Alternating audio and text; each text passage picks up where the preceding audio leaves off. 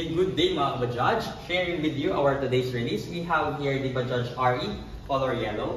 Quick brief history lang para sa ating unit. As per our client, medyo matagal na daw siyang natambak, medyo napabayaan. Kaya no wonder na pagdating sa amin, talagang kinakailangan talaga niya ng full restoration. The body and the lights, including the mechanical repair.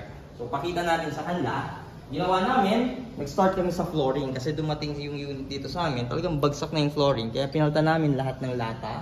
And then nagustuhan ni client upon visit sa ating warehouse.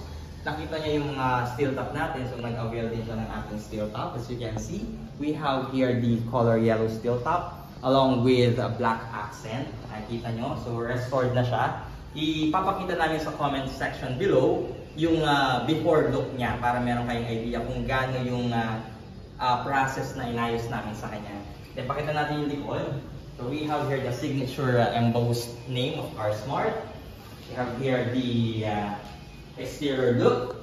So it is Y53 Carnival Yellow coated paint.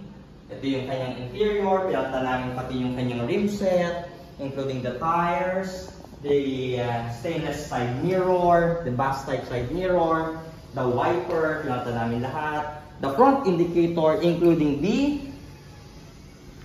rear indicator. So sa lahat ng mga gusto mag-avail, so nagastos si Sir dito, nasa range 40 to 50,000, all in, kasama na yung kanyang mechanical, body repair, body paint, full restoration.